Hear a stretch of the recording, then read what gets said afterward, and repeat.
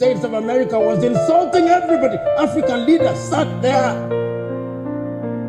But when their fellow African head of state is talking, they are busy doing other things. Who cast us? Who bewitched us? These are the uncomfortable questions that we must ask here.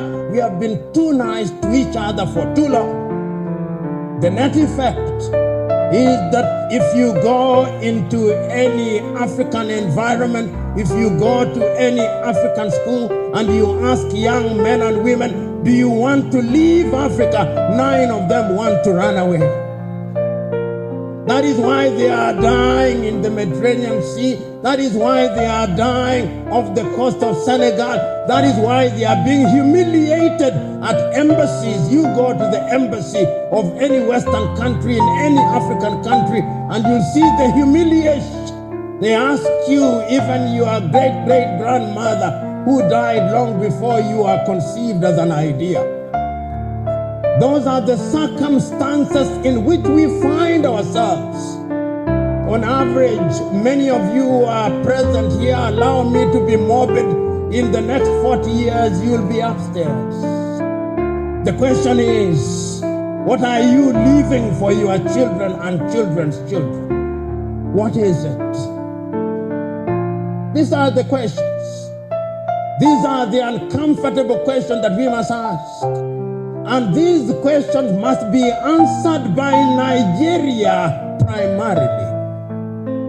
I've said not once, not twice, but times without number, that the day Nigeria wakes up, that is the day Africa wakes up. You know, a friend of mine once told me, if you go anywhere in the world and you do not find a Nigerian, run out of that place. There is nothing there. And those of you who have had occasion to travel, you go to different parts of the world, you look for the best doctors, Nigeria. Look for the best engineers, Nigerians. Look for some of the best lawyers, Nigerians. The Nigerians are everywhere doing great things across the continent of Africa. And whenever Nigeria has decided to provide leadership, Africa has changed. You ask the Liberians with ECOMOG. When Nigeria stood up, that country was stabilized.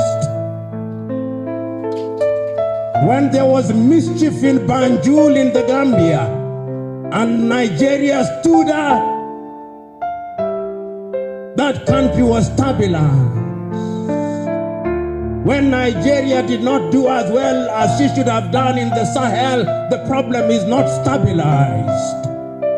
The question is, why is Nigeria a reluctant leader? Nigeria should be the leader economically. You know, when Nigerians say, and they debate with South Africa, and sometimes with Egypt, which is the biggest of the economies, I laugh. I laugh because the economies that they are talking about using the unreliable GDP, but we must use it, is that Nigeria is 500 billion USD GDP with a population of over 200 million. Singapore, which is smaller than Lagos, with a population of 6 million, has a GDP of 564 billion. So the debate between Nigeria and Egypt and South Africa is a debate between two dwarfs as to which one is the taller of them. Even if one is taller than the other, they are still dwarfs. The day that I will celebrate Nigeria is the day Nigeria tells me we are 2 trillion economy, and Nigeria can achieve it. And Nigeria must achieve it. What does Nigeria not have? Is the oil that is produced in Nigeria different from the oil that is produced in Saudi Arabia? Is it different than the oil that is produced in Kuwait, that is produced in Bahrain, that is produced in Qatar? Why must Nigeria not be the leader that has pipelines across the continent of Africa? Why can she not do it? She can. But we have allowed ourselves to be paralyzed by analysis and to be paralyzed by lamentation.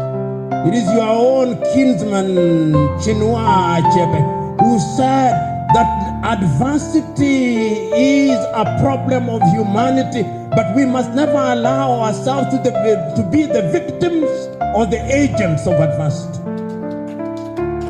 We must allow ourselves to be the conquerors of adversity. Chinua